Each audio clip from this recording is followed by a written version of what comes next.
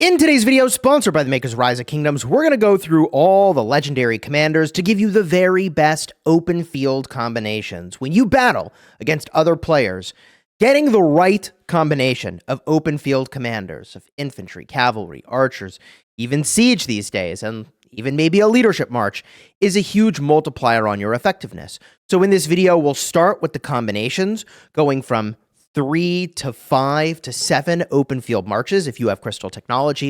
And at the tail end of the video, we'll have a talent checkup. You can use the timestamps to jump to whichever part you'd like. So if you're just here for like the infantry talents, use the timestamps and jump ahead. And if you're subscribed to the channel, you know that every one of my video has these kinds of timestamps designed to help you get value and smash your enemies. So let's jump now to Tier Maker to flesh out how we build the best armies in the game. We've got a lot of commanders to work with here, and we're going to start with the first 3 armies. If you're just going to make 3 pairings in Rise of Kingdoms, this is what I think you should do. And spoiler alert, because your legendary commander investments in this game, they're going to change around, but your equipment and your armaments are not so easy to change around.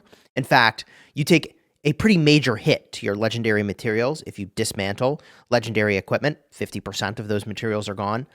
I feel like the best strategy is a diverse breakdown of troop types. So we're going to start with 1 infantry, 1 archer, and 1 cavalry march, under the assumption that all of those will be valuable for the rest of the time that you're playing the game. So the best march in the game right now, in my opinion, is going to be infantry. We're going to start with BQ, and we're going to add in, of course, Liu Cha, who I swear I can find. There he is. So your first march that you're going to build is infantry. It's going to be BQ with Liu Cha. I've been covering this a lot on my channel recently. It's very uncontroversial that this is the best infantry march, and it may very well be the single best march in the game at this moment in time. It's just 2 massive AoE damage dealers that are designed for the open field. Of course they do well. From here, we need to bring in the best cavalry march, and that is going to be Huo. We're going to pair with, of course, I say of course, but we're going to pair with Arthur because he is insanely powerful. And that is going to be our second march. So we've got BQ with Liu Cha, ideally with Pincer, but Arch also works. Then we've got Huo with Arthur, and you're going wedge. Infantry and cavalry are sorted. From here, we've got archers. Now, what I'm going to recommend for archers might surprise you a little bit. If you're making 1 march right now, Zhuge Liang is amazing. Big AoE damage, big AoE debuff, but instead of pairing with Hermann Prime, which is what most people are expecting me to say here, I'm going to recommend Philip instead. Not that I necessarily think this is like the single best place to put your Philip. Not that I think that, Philip is the best in a 3-army configuration rather than a 5-army configuration. But I think if we approach this as a platform for building your account, and we know that you're not going to just like stop at 3 armies, you're going to make your way to 5, then I think the Philip is a better building block right now than Hermann Prime. We just really don't know how valuable Hermann Prime will be into the future. I think he'll be good for a long time, but the state of archers right now, it's very unknown what's coming next. I think it's big skill damage. I think that true damage is going to go to the wayside. And someone watching this in the future might be like, I don't even know what true damage is, right? Like, yeah. Philip is the safe investment. He's extremely powerful. He's great with Zhuge Liang. If you had leadership equipment, it'd be better in this order. Most people don't, and I'm not recommending someone with 3 marches start on leadership equipment. This is what I would do, okay? From here, we expand to 5 armies, and I'm going to say something obvious. Archers are not all that great right now, so we're going to go with 2, 2, 1 as the troop type breakdown. 2 infantry, 2 cavalry, and 1 archer. So we're just going to bump down the archers here, and we're going to move down Huo and Arthur, make space for new pairings. So what are we going to add? Well, I think if you're doing 2 infantry marches, and I've covered this a lot on my channel, that Ragnar and Skippy is a really great way to go, and you use wedge. I've also mentioned that infantry are in kind of a weird place right now where I don't know if we'll ever get skill damage infantry ever again, but I'm quite confident we'll continue to get smite infantry. I mean, who knows? But like, I'm pretty confident we'll continue to get smite infantry. So one option here is the Ragnar and Skippy. The other option is you've got 3 really good commanders here in the form of CJ and also William and Alex. And so you can split BQ and Liu Cha. You can do either William with Liu Cha or Liu Cha with Alex, BQ with CJ. There's a bunch of different ways you can mix this up. You could swap the CJ and the William and run it like this. Lots of options here for your infantry. That puts you in 2 formations of pincer, which, like, depending on how you've done this, it's either 2 formations of pincer or 1 pincer, 1 arch. If you use Alexander the Great, you'd want the arch. So a lot of options for infantry. We need to talk about them. I'm going to leave this down here in March spot number 6 because, spoiler alert, I think if you're adding a 6th March, it's going to be infantry, but also because, well, maybe it's infantry. We'll talk about it, okay? But I want to represent how much variability and how many options you have with infantry right now, which brings us to the cavalry edition. What cavalry are we pulling in? Well, if you've subscribed to my channel, you know that William is amazing. Even though his active skill damage is very low, the 4th skill, giving 150 rage and 20 defense, 5 armies, is absolutely busted when you land your AoE. And in big fights, you're going to be constantly landing your AoE. So, yeah, you want to use that. So from here, we bring in Joan as well. Now, I don't think that these 2 pair well together at all. So we've got to put them somewhere else. And the way that I've been doing this, and I think the best way to do this, is Huo with Joan, and then Arthur now in the combo formation with William. William's got really big instant proc damage. If you've got Butterfly from the combo formation, you can do some really busted stuff in the Arthur-William combo. It's got some of my best trades, second only to my Smite infantry. All right, so I think that that is an incredibly powerful combo. Honestly, the Huo Joan is a little bit weak. There's also the matter of Belly Prime, but I'll like, for the sake of completeness, include him as an option. Most people would say that that's not a very good option, and that would only be something you really do if you're swarming stuff. Now, this brings us to an interesting place for what do I do if I'm only going to have 6 armies? And you have basically 3 options if you're going to go to 6 sets of equipment. I think the safest option might just be another archer set. And I know that sounds a little weird given the viability of archers right now.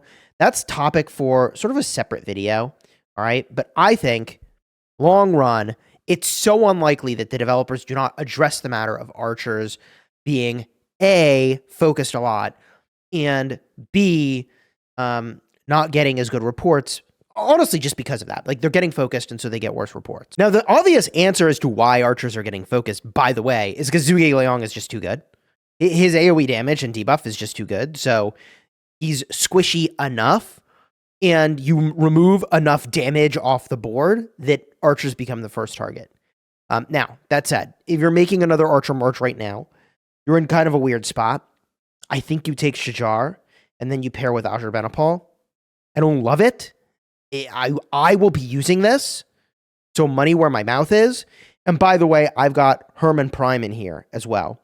Now, one option that would prevent you from having to invest in something like Shajar is that you could take Ashurbanipal and pair him with Philip.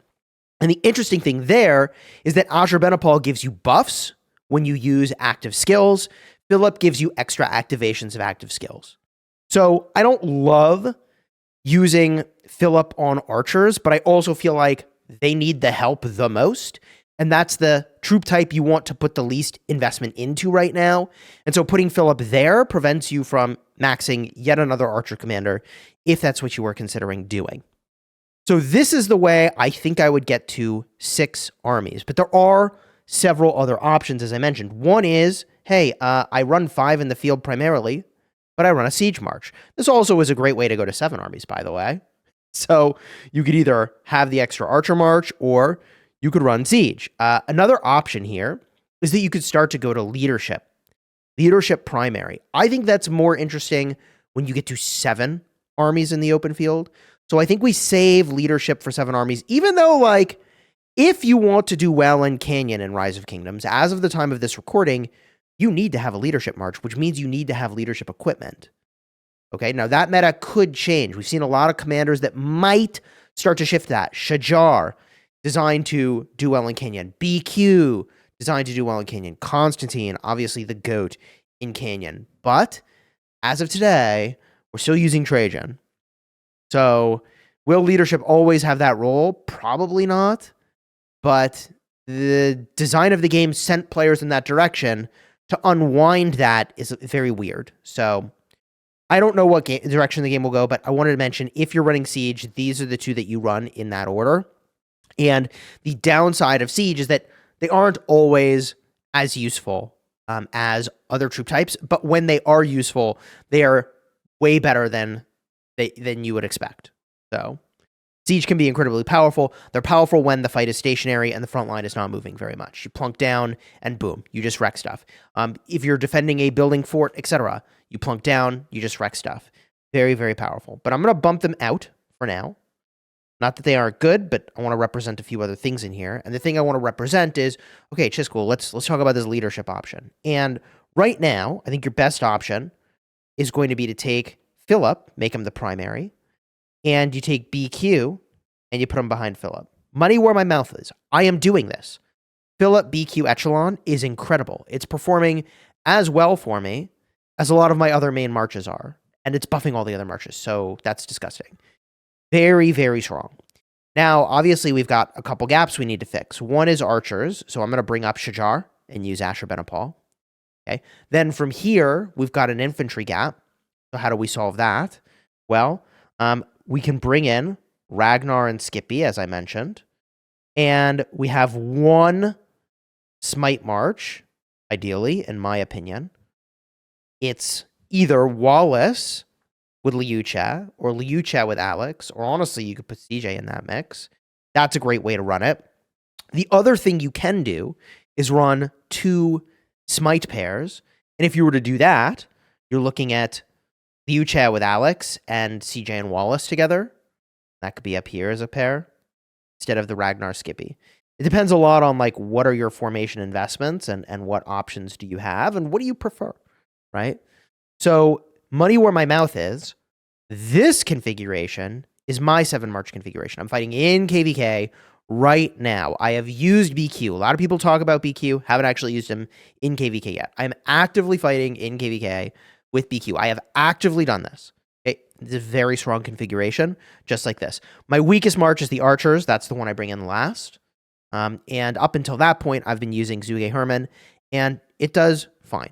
Okay, I'm not in love with the quality of the trades, but they're also not miserable.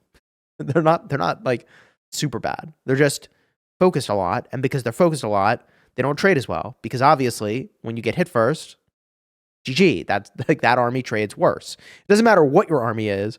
Other than maybe if you're going with like an arch formation, that can be a little bit prickly, but it almost doesn't matter like what you bring to be the best march in the game. If it gets focused, it's going to trade worse than when it doesn't. Like, this is pretty obvious that would be the case, right? So I think that's the way I would get to 7 marches. 2, 2, 2 on the troop types. And then either like a siege march or a leadership march to balance it out. Now that said, some people go with 3 marches of a troop type. So let's talk about 3 configuration for infantry, 3 for archer, 3 for cavalry. And I'm going to be honest, like 3 for archer, just stop it. Just no. Just don't. Do yourself a favor. I'll try, but like, I think the answer is like, no, do not. Literally do not do that. So, okay. Now, let's actually go to 3 infantry. 3 infantry is kind of like the easiest and the most options. So, we'll bump everything else down here and make room to have this conversation about infantry, all right? So, if you're doing 3 infantry, and we're saying Philip does not qualify as infantry in this case, okay, we'll put him somewhere else. Maybe you've got Arthur with Philip, or you've come up with some other way to do it. To do 3 infantry, you have just incredible optionality here, all right? What I would do is Ragnar with Skippy, unchanged. You've got either William or Alex with Liucha, and you can do BQ with CJ or BQ with William, and you're like big chilling, okay? You even can use Philip over here, and it's an infantry march. And like, is it as good? It's not nearly as good, in my opinion, as Philip as the primary. Why is that? Well, Philip primary boosts your all damage by 40%, then you hit with a big AoE damage from BQ. It's like very straightforward as to why that works, where he's the primary, it's not as good as when he's the secondary. But like, you could do that as well. Okay, a lot of places you could put your Philip. And that's what I would do if you're trying to run 3 infantry. Okay. Now, if we compress back down, this is going to be a little weird for how I represent this here, but I guess I go like this. Okay. And now we say, hey, you know what? I want 3 cavalry. Okay, well, 3 cavalry gets kind of interesting. We know that we're going to want Nevsky in the mix. And we know that in order to make that happen, we're going to have to move some stuff around. So I think what you do is Arthur with Philip. Now you go Huo with William and Nevsky with Joan. Okay? And that's a great way to get your 3 cavalry setup going. From here, though, 3 archers? So if you committed to this, and then archers just went the way they went in terms of getting focused more and more because of how squishy they are relative to how, strong they hit. It's just a very good prio target. Now we have some interesting conversations to have. So you definitely need to use Philip, by the way.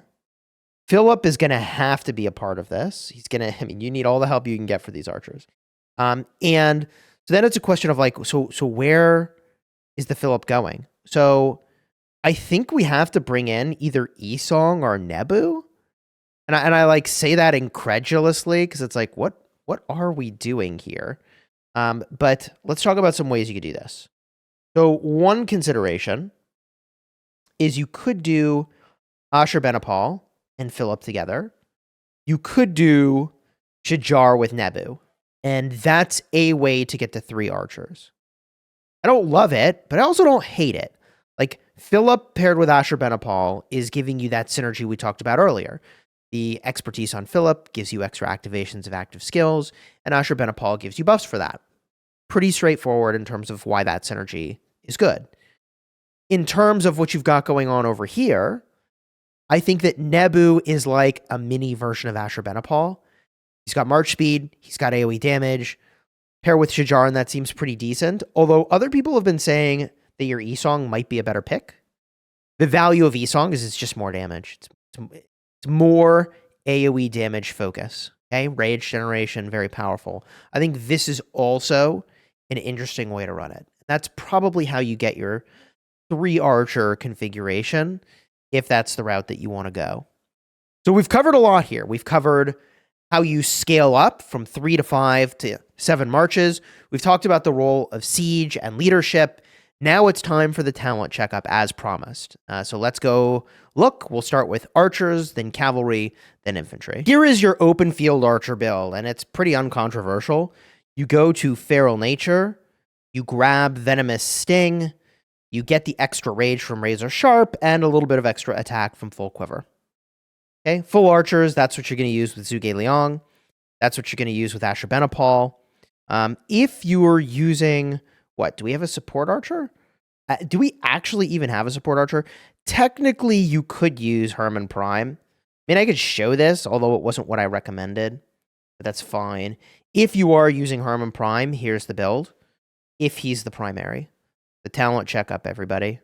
And I think that covers it. There's no support archers at this moment in time that I'm recommending as a primary commander. From here, we can go to the cavalry, and this is extremely straightforward. This build has been the way to go, and it hasn't changed for a very, very long time. I'll show it to you on Huo, the cavalry build. You get Feral Nature.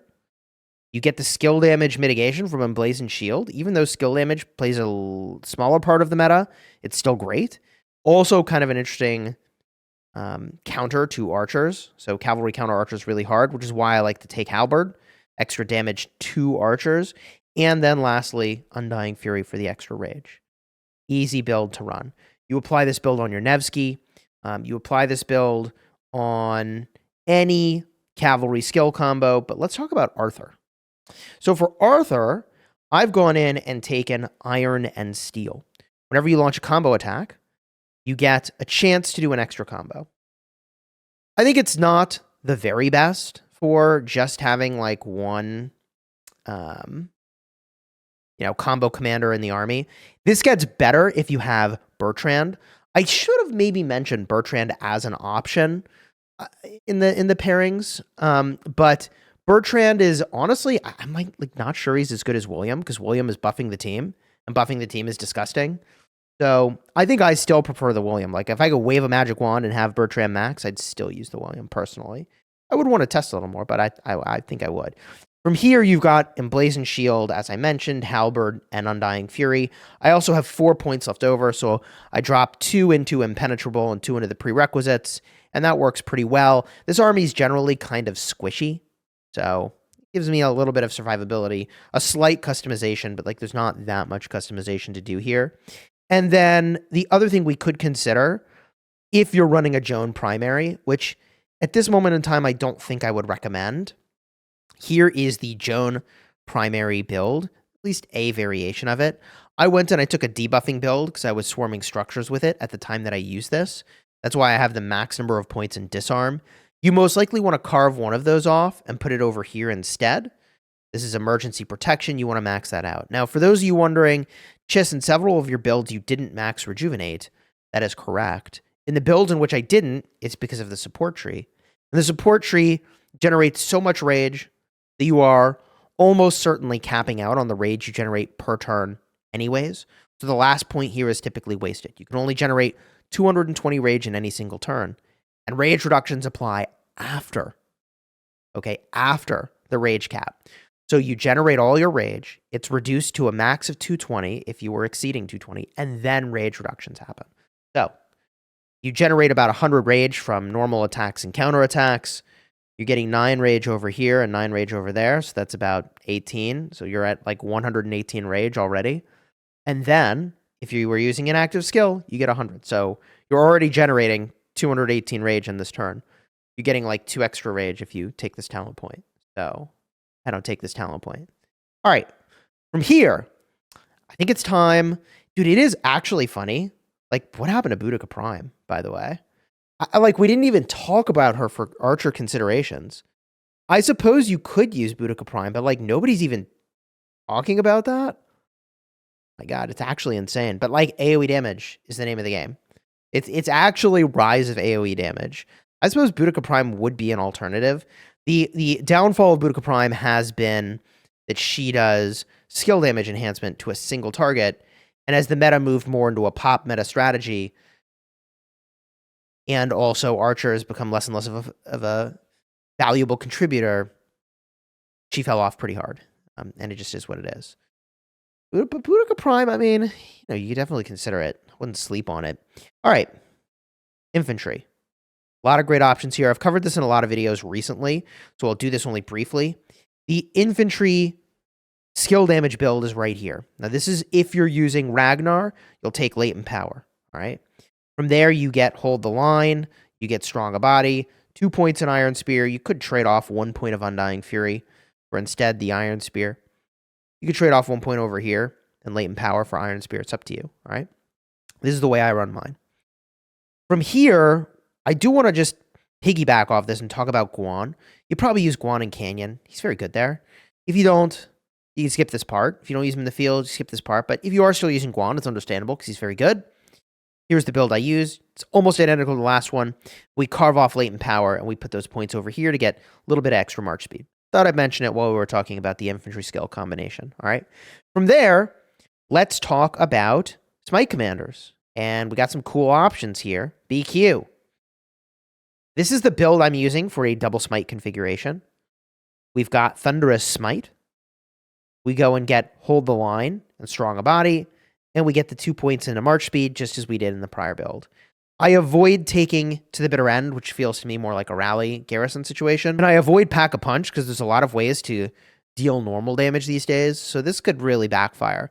You could make an argument for this, but this has a very major downside depending on how early in the fight your army gets swarmed. Could be worth the upside, though. It could be worth it. I could see it. From here, we can talk about the Liu Che build. This is what I'm running on my Liu Che. I, of course, get Hold the Line. I really like this. You have to be getting targeted to benefit from this, but the benefit is so good. It's exactly what you want when you're getting targeted, which is why I really like it. I personally prefer this to Snare of Thorns, which has a chance to reduce your target's march speed. Not that this is bad, but I think the upside here is so good when you're getting targeted. I go for this. We get the march speed over here, and very important is to take fight to the death. Very powerful. The DPS boost you get from this is almost always worth it. And I know that this looks very similar to the other talent that I did not recommend in the Smite talent tree. So you could kind of debate, well, is that worth it? But this is enhancing all damage, man. This is enhancing all damage, which for the people that are using like Alex, especially, this just works out really well. We take Effortless, okay? March speed along the way, and Martial Mastery is really crazy. 6% more normal damage. And you deal less skill damage, okay. That's not, you're not pairing Liu Che with skill damage, ideally, unless you're using the Alex, which is good. And let's see here. Is there any other infantry we need to talk about? I guess if you're using Skippy as the primary, which I wouldn't recommend, but here's the talent build you'd use if you were doing that. Again, not recommended. It's what you could do. Here's what you'd use. Okay, so from here, let's talk about leadership. For leadership, this is what I'm using on my Philip. So money where my mouth is. There is a variation of this that you could do instead. But I'm going for the AoE slow. And that's because I figure, well, like how valuable is a little bit more attack anyways when I'm getting low? I mean, it's not bad, but I really like the idea of the AoE slow. So that's what I've been playing with. Now, that does mean I've got one talent point wasted over here as well. So if I were to carve this off and say, well, you know, I'm not interested in slowing, the way that I would run it is as follows. Okay, we go all the way up over here, max out, and this is very important for Philip in particular. Strategic prowess makes it so when you use an active skill, you get 20% defense. Lasts for 2 seconds, but like he gets extra activation of active skills all the time. This is a big boost. That's an amazing talent. And then we go over here and we would take close formation. And then we've got 1 point left. We're not doing mixed troops here. This is for rallying. And it's really kind of a remarkably outdated talent, but whatever. So we're going to gain health. And that's how you'd run it. Okay. So if you wanted the AoE slow, you run it like this. If you wanted to get a little bit more punchy when you're getting low, you could go for close formation. I think that you could make the justification for this. You certainly could make the justification for this. It all depends on, like, do you really run it down all the way? And if you do all the time and you've got other ways to slow and you don't value the slow here, all right, sure, go for it, man. Go for it. You enjoyed the vid, throw a like on here, subscribe to the channel. Your support really means a lot to me. I've been making videos about Rise of Kingdoms for 6 years. At this point, people have watched my videos tens of millions of times, literally, for guidance about Rise of Kingdoms. In fact, how many total views am I up to? I actually don't know. Let's get a look here. Analytics, we'll look at all time. Now I'm just curious. Lifetime. My videos have been viewed 118 million times. Technically 118.7. So if you want to join the 253,300 people that get value and smash their enemies by subscribing to the channel, I invite you to subscribe. I'd appreciate it. Your support really means a lot, now more than ever. And if you're looking for other videos designed to help you get value and smash your enemies, here's 2 more. One is going to be a breakdown of the infantry meta right now. So deep dive on infantry. And the other is going to be what YouTube recommends to you. Who knows what they're going to recommend? But this is going to be YouTube's best recommendation for you. Enjoy it.